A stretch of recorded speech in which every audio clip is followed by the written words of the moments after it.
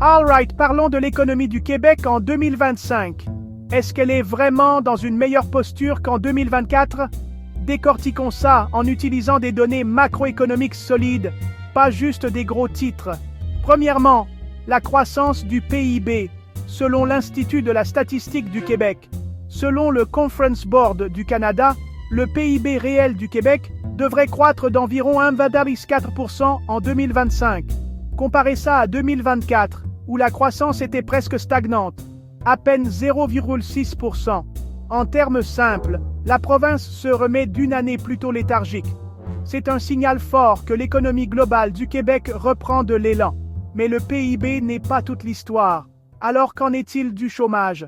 En 2024, le taux de chômage au Québec oscillait autour de 5,2%, un peu plus élevé que les creux d'avant la pandémie, mais toujours décent.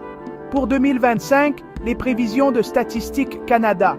Pour 2025, les prévisions de Desjardins indiquent une légère baisse, peut-être jusqu'à 5,0%. Ce n'est pas énorme, mais chaque dixième de point de pourcentage signifie des milliers de personnes de plus avec un emploi. C'est une amélioration tangible pour les familles et les communautés. Maintenant, examinons l'inflation. En 2024, le Québec, comme le reste du Canada, devait faire face à des prix plus élevés, avec une inflation moyenne d'environ 3,3%. Pour 2025, la Banque du Canada s'attend à ce que l'inflation se modère pour atteindre environ 2,4%. C'est pile dans la zone idéale. Quand l'inflation ralentit, ça signifie que votre épicerie, votre loyer et votre essence n'augmentent pas aussi vite. C'est une bonne nouvelle pour votre portefeuille. Donc, si je devais résumer, 2025 s'annonce comme une meilleure année pour l'économie du Québec que 2024. Croissance du PIB plus forte, légère baisse du chômage, inflation sous contrôle.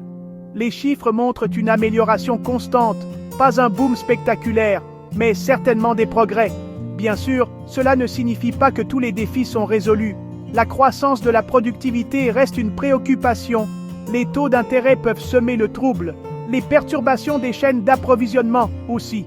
Mais, selon les meilleures données dont nous disposons, le Québec est dans une meilleure position maintenant qu'il y a un an. Alors, si vous vous demandiez si les choses s'améliorent pour le Québec, la réponse est oui, lentement mais sûrement. Gardez un œil sur ces indicateurs. Parfois, les chiffres racontent vraiment l'histoire.